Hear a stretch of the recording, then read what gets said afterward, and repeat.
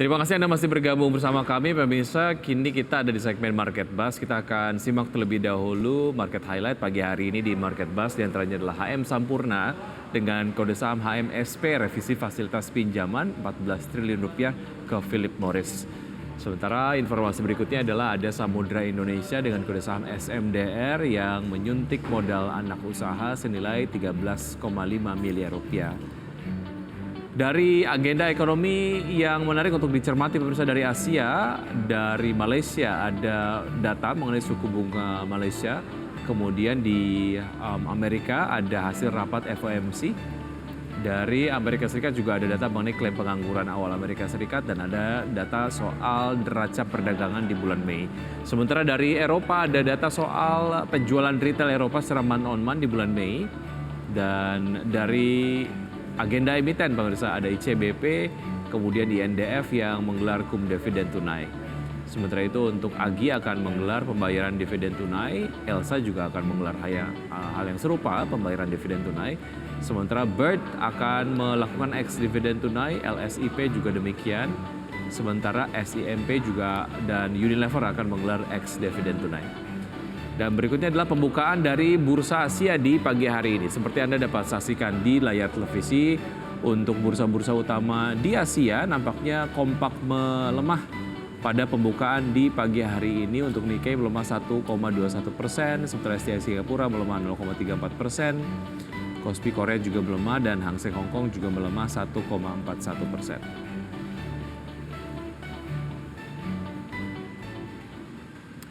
PT Aman Mineral akan melantai besok dengan harga IPO di level Rp1.695 per lembar saham.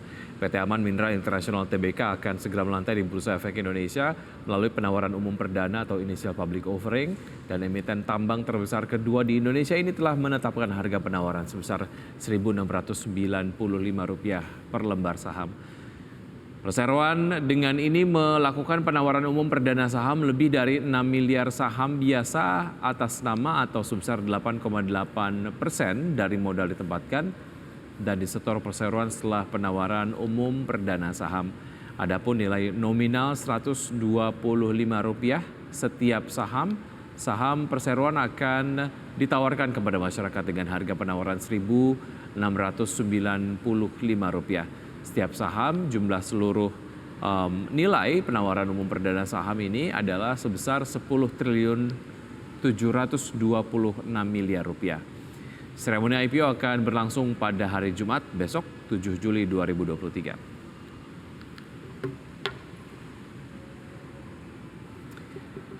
Dan pemirsa, saat ini kita sudah tersambung melalui video conference, ada Bapak Surya Dharma, beliau adalah Direktur Samuel Sekuritas Indonesia. Selamat pagi Pak Surya.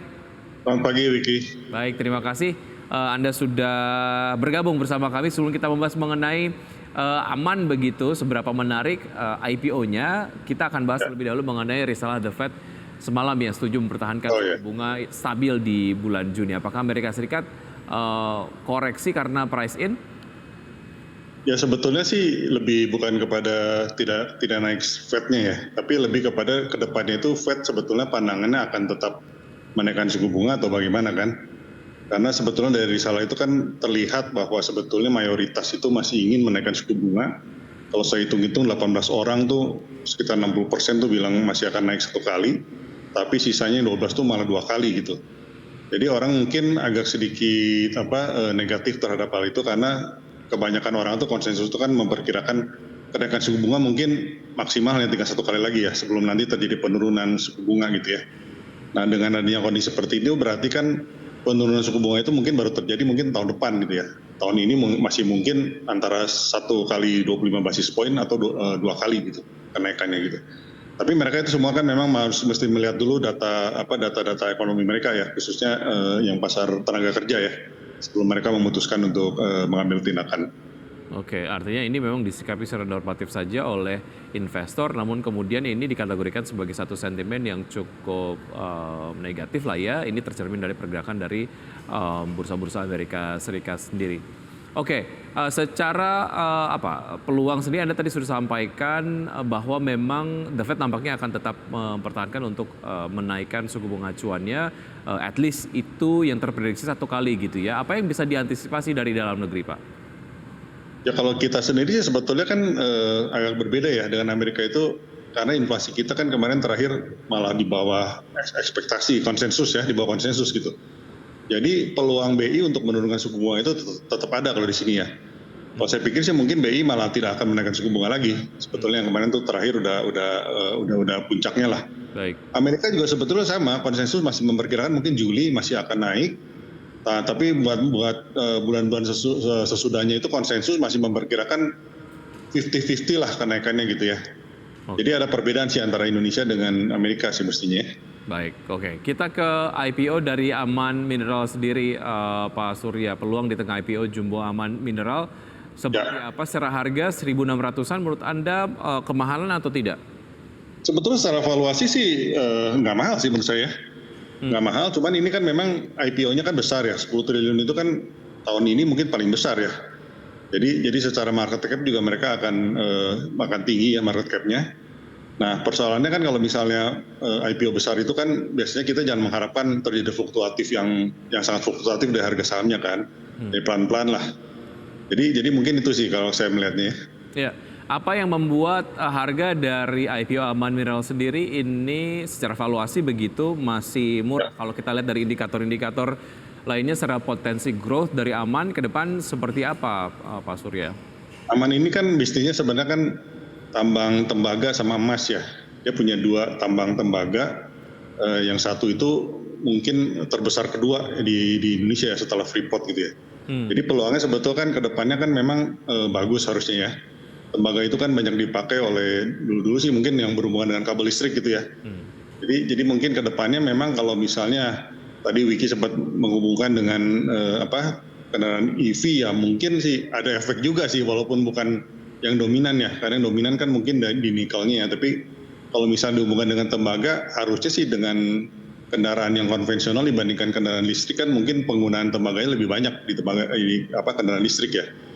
Jadi itu mungkin juga menjadi suatu hal yang positif ya ke depannya. Apalagi mereka kan juga ke depannya ini dana IPO itu sebenarnya akan dipakai untuk smelter ya. Oke. Smelternya sendiri sih baru beroperasi mungkin 2024 ya. Baik, secara valuasi yang Anda sampaikan tadi ini cukup oke lah ya secara harga di 1.600-an. Tapi kemudian rekomendasinya apa untuk IPO dari Aman sendiri dari point of view investor? Kita akan bahas usai jeda berikut ini. Pak Surya dan pemirsa tetap bersama kami akan segera kembali. Saya masih berbincang bersama Pak Surya Dharma. Kita masih membahas mengenai Aman Minerals yang akan melakukan IPO. Sebelum kita membahas rekomendasi dari Pak Surya sendiri soal Aman Minerals yang akan IPO besok, bicara mengenai penggunaan dana IPO ini salah satunya adalah membiayai pengeluaran modal atas proyek smelter dan untuk melunasi utang kepada PT Aman Minerals Nusa Tenggara. Apakah ini juga tetap oke dan masih baik kemudian Aman direkomendasikan oleh Anda, Pak Surya? Ya sebetulnya kan penggunaan itu kan berarti buat capex ya. Smelter itu kan bagus karena nantinya kan berarti kan Aman ini menjadi terintegrasi ya. Itu kan buat bikin katoda tembaga ya sama emas kalau salah ya. Jadi ke depan itu akan membuat perusahaan Aman ini kan menjadi perusahaan tembaga yang terintegrasi ya, dan emas juga gitu ya. Jadi kalau menurut saya sih itu penggunaan dana itu cukup menarik sih ya sebetulnya untuk Aman ya. Baik, jika Anda tadi sampaikan untuk IPO dengan kapitalisasi yang kemudian besar, jangan terlalu mengharapkan peningkatan harga yang cepat begitu ya, tapi kemudian tetap melihat ada potensial upside untuk harga dari Aman sendiri. Nah, rekomendasinya apa? Strong buy untuk Aman atau seperti apa untuk IPO besok?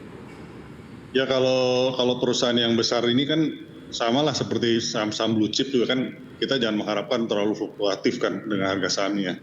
Tapi kalau misalnya mereka performanya bagus, ya pelan-pelan mungkin karena ada growth juga di sana mungkin terjadi kenaikan harga secara bertahap ya, in long term gitu ya. Nah pertanyaannya memang kalau misalnya besok listing itu bagaimana gitu ya. Kalau saya lebih melihatnya sih sebetulnya tergantung dari komposisi dari investor yang masuk pada waktu IPO ini kan. Karena biasanya kan kalau kondisi seperti sekarang, khususnya yang retail itu kan maunya kan cepat-cepat keluar gitu kan, ya kan, begitu listing keluar. Nah itu kita mesti lihat dulu sebetulnya. bagaimana mereka performanya di beberapa hari pertama ya. Ya. Jadi kalau misalnya mereka bisa bertahan, harusnya sih dengan valuasi yang menarik, kedepannya mungkin punya peluang juga ya untuk zaman ini. Gitu. Untuk investor retail yang ingin masuk ke dalam euforia dari saham-saham berbasis pertambangan lah ya, karena tadi kita sudah sampaikan dan juga sudah bahas mengenai beberapa isu-isu yang nampaknya juga akan berpengaruh positif terhadap saham-saham berbasis pertambangan gitu. Kalau aman dinilai terlalu mahal, dananya nggak cukup untuk koleksi aman gitu misalnya, ada nggak saham-saham lain di sektor tambang yang menarik untuk dikoleksi secara jangka pendek misalnya gitu? Tambang sih banyak ya, valuasinya menarik ya. Salah satunya mungkin NCKL ya, saya lihat baru IPO juga. Dan sekarang harganya kan di bawah IPO ya. Jadi menurut saya sih itu valuasi menarik gitu ya dengan kondisi seperti sekarang. Karena nikel ini kan mau tidak mau kan sangat dibutuhkan ya ke depannya ya. Dan Indonesia kan produsen yang terbesar di dunia gitu. Ya kan, jadi memang ada beberapa saham tambang yang menarik kalau menurut saya ke depannya seperti apa ya. Growth-nya kan laba bersih mungkin juga NCKL saya pikir sih bisa di atas 7 triliun ya untuk tahun ini gitu. Oke. Jadi saya pikir menarik lah dengan terjadinya penurunan. Oke, apakah nikel termasuk saham yang Anda rekomendasikan di pagi hari ini? Nampaknya nikel masuk ya Pak, ada BMRI, kemudian juga ada BBNI, nikel dan juga NSSS ini. Saya agak jarang mendengarkan NSSS direkomendasikan, tapi kita coba analisis. Kita ke Bank Mandiri terlebih dahulu. Pak Surya, analisisnya seperti apa? Apa yang membuat Bank Mandiri nampaknya cukup menarik? Kalau Mandiri sama BNI saya rekomendasikan karena menurut saya agak ketinggalan ya. Jadi peningkatan harganya itu tidak seperti BCA dan BRI yang sudah lari duluan ya. Karena kalau kita lihat sebenarnya kan dana asing itu tahun ini year to date masuk ke Indonesia itu udah 16 triliun ya. Jadi itu masuknya tuh banyak kan ke saham-saham blue chip. Nah ya beberapa saham blue chip yang masih ketinggalan pergerakan harganya itu saya lihat terutama di Mandiri dan BNI gitu. Jadi upside-nya kalau saya lihat masih lebih tinggi ketimbang BCA dan BRI pada saat ini gitu. Jadi kenapa saya pilih dua saham itu tuh alasannya salah satunya itu. Sedangkan performa kan sebetulnya kan tahun ini tetap akan meningkat. Jadi tahun lalu sudah mencatatkan laba bersih tertinggi dalam sejarah. Tahun ini kemungkinan besar juga akan kembali terjadi kenaikan gitu. Jadi sebetulnya sangat menarik gitu. Anda melihat target price untuk Bank Mandiri sampai dengan akhir tahun ada di level berapa, Pak Surya? Mandiri mungkin sekitar 6.600 ya, upside-nya mungkin di atas 30% ya. Oke, 6.600 cukup jauh dari level terakhir di 5.300. Walaupun memang secara harga ini sudah mulai merangkak naik, tapi nampaknya mempertimbangkan target price dari Bank Mandiri di akhir tahun yang bisa sampai 6.600 ini cukup worth it lah ya jika mau masuk sekarang. Ada chance ada koreksi dulu untuk Bank Mandiri supaya bisa buy on weakness? Ya kalau bisa dapat murah dari 5.000 ya bagus, tapi kan kayaknya sih sulit ya, belakangan ini sedang menguat soalnya. Nampaknya akan terus naik begitu, apalagi kemudian tadi sentimennya banyak yang positif begitu ya. Dari Bank Mandiri kita ke BBNI, Pak Surya silakan analisisnya. BNI juga sama, saya lihat sih ketinggalan juga ya, target price saya sih mungkin 12.700. Nah BNI ini sebetulnya kan secara valuasi di antara 4 itu kan selalu paling murah ya, dan saat ini pun paling murah gitu ya. Jadi di satu sisi valuasi kita lihat menarik, ya apalagi dibandingkan dengan bank-bank yang lebih kecil tuh banyak juga yang valuasi lebih mahal gitu dari BNI ya. Dengan performa mereka kan bagus ya. Dan provisi yang dulu sempat besar ya pada waktu Covid, sekarang kan beranjak mulai menurun ya. Jadi sebetulnya improvement dari BNI cukup tinggi ya dalam 1-2 tahun terakhir ini gitu. Jadi saya pikir dengan valuasi seperti itu harusnya BNI juga menjadi pilihan utama ya untuk saat ini untuk for big banks ya.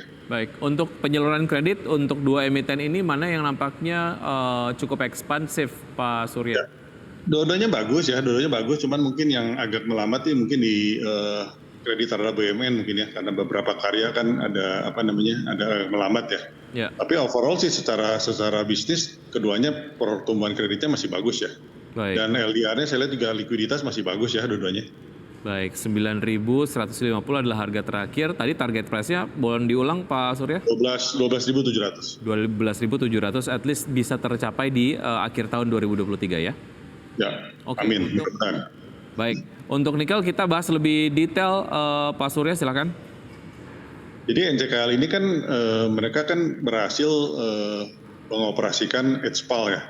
Yang sebetulnya itu tuh banyak sekali negara-negara lain dengan teknologi di barat ya, dan zaman dulu itu sebetulnya kan teknologi yang sudah lama ya, udah puluhan tahun ada, tapi kebanyakan itu gagal untuk melaksanakan expal itu gitu ya. Nah ternyata dengan teknologi yang ada dari China ya, mereka tuh ternyata berhasil gitu di luar dugaan dalam jangka waktu yang tidak begitu panjang juga ya. Jadi mereka berhasil sehingga mereka akhirnya juga bisa ekspor nikel sulfat ya untuk perdana ya tahun ini gitu. Jadi kedepannya saya lihat sih ini sangat menarik perusahaan ini ya, karena secara operasional mereka juga manajemennya saya pikir bagus dan cukup punya expertise ya di bidang ini gitu ya. Nah, memang beberapa hal sempat diberitakan kan ada berita negatif dari negara barat mungkin ya, karena mempertanyakan kok bisa gitu ya, jadi bisa berhasil gitu ya. Yang sebetulnya sih ya kenyataannya memang begitu gitu ya. Jadi sempat menekan harga sahamnya, tapi saya pikir dengan valuasi seperti itu ya jadi lebih menarik sebetulnya dengan penurunan harga itu kan. Iya. Ya. Jadi istilahnya apa ya, downside-nya udah sangat terbatas lah. Tinggal kita lihat upside-nya ke depannya seperti apa gitu ya. Oke, ini nampaknya excitement terhadap saham nikel ini terproyeksi dari pergerakan nikel sendiri di awal perdagangan di pembukaan sesi 1 hari ini. 1 minggu sudah melemah 4,55%, tapi secara harian hari ini sudah menguat 2,16%. Artinya ini nikel nampaknya udah siap untuk lari kenceng gitu ya. Nah itu sebetulnya ada terjadi misleading juga. Sebetulnya kan kalau perusahaan seperti NCKL ini kan mereka kan sudah ada smelter ya. Jadi bukan menjual komoditas dari nikel sendiri kan.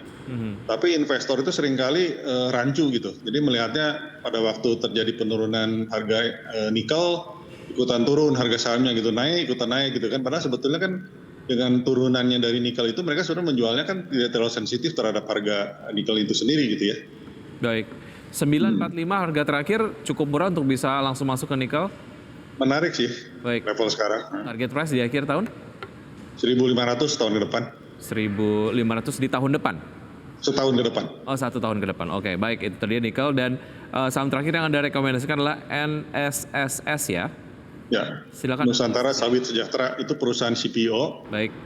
Yang sebetulnya target price kita sebetulnya di 200 ya, tapi udah lewat ya harganya sekarang. Jadi mungkin kita mesti upgrade juga. Nah ini kenapa menarik, karena sudah melewati harga warrantnya. Jadi warrantnya harga pelaksana itu kalau nggak salah 190 ya. Jadi mereka IPO itu kan di bawah udah 65% kenaikannya. Tapi saya lihat ini harga walaupun sektornya itu sebetulnya CPO itu kan seringkali mendapatkan sentimen negatif khususnya dari Eropa. Tapi saya lihat tuh memang harga sahamnya itu cukup stabil ya kenaikannya, pelan-pelan gitu. Nggak terlalu fluktuatif tapi pelan-pelan naik terus gitu ya. Jadi saya pikir ini sangat menarik karena sebetulnya kualitas dari yang CPO yang dihasilkan juga menurut manajemen sih bagus ya. Jadi kualitasnya itu bagus dan mereka tuh semua terintegrasi di Kalimantan Tengah. Jadi secara secara transportasi dan lain-lain itu mereka melalui pipa ya ke penyaluran si CPO itu sendiri. Jadi banyak sekali efisiensi yang terjadi di situ gitu. Baik. Jadi mungkin itu yang menarik dari perusahaan ini gitu. Untuk NSSS level terakhir ada di level 208, target price di NSSS di akhir tahun berapa Pak? Mungkin mesti di-upgrade sih ya, mungkin ke 220-an lah kira-kira ya. Oke, 220. Dari saham-saham yang Anda tadi rekomendasikan ada BMRI, BNI, kemudian juga ada nikel dan juga NSSS. Mana yang untuk jangka panjang, mana yang untuk jangka pendek menengah, Pak? Semuanya menengah panjang sih. Oke.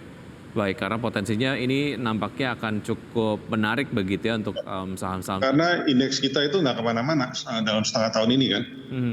Jadi secara valuasi mestinya indeks kita juga udah semakin menarik dibandingkan historical gitu ya. Dan asing sebetulnya udah mulai masuk, tapi lokalnya itu agak mute kan dalam setengah tahun ini.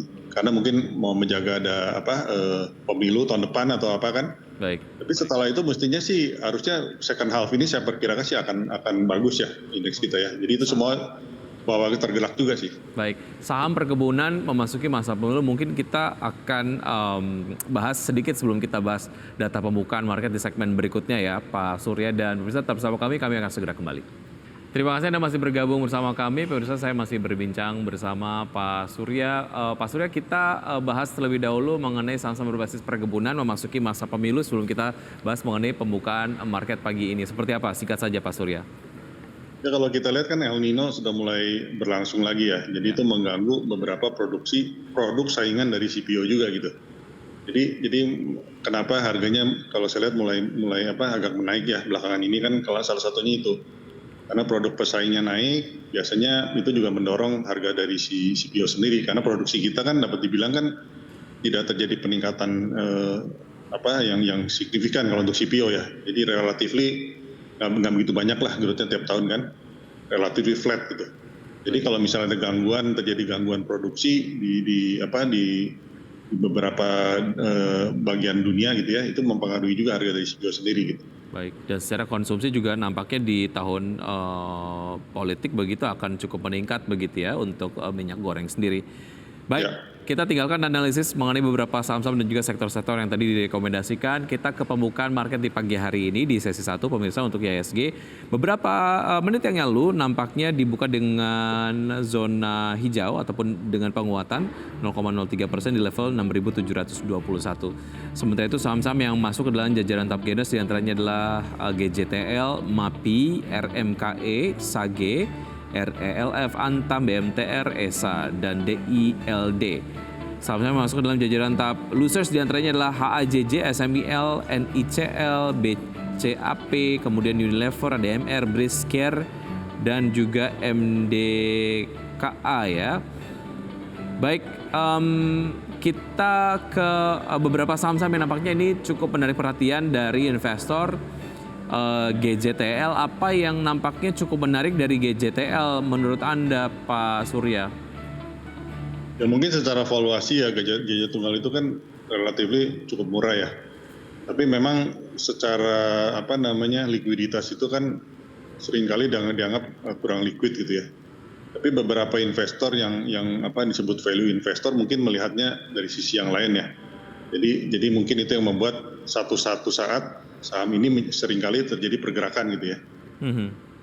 Baik, oke, terkait dengan pergerakan dari IHSG di hari ini, Pak Surya, menurut Anda proyeksinya seperti apa?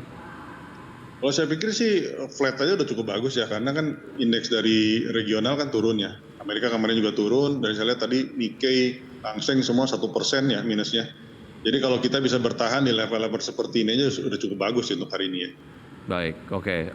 Untuk strategi perdagangan yang menarik untuk bisa dilakukan? Ya kalau saya lihat sih mungkin kalau kita time frame-nya lebih panjang ya harusnya level-level sekarang itu banyak sekali saham yang menarik ya. Karena tidak bergerak kemana-mana kan dapat dibilang kan dalam setengah tahun ini gitu. Baik. Jadi kita mulai mesti cari saham-saham apa yang menarik ya saat ini gitu untuk berinvestasi mungkin lebih panjang dikit gitu. Jangan terlalu short term kan. Sekarang kan banyak kan short term kan. Naik dikit jual gitu.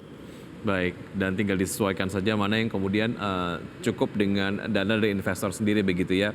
Pak Surya, terima kasih sudah bergabung bersama kami di Market Buzz. Sukses untuk Anda, sampai jumpa. Sama-sama. Ya, itu tadi dia perbincangan saya bersama Pak Surya Dharma, Direktur Samuel Sekuritas Indonesia.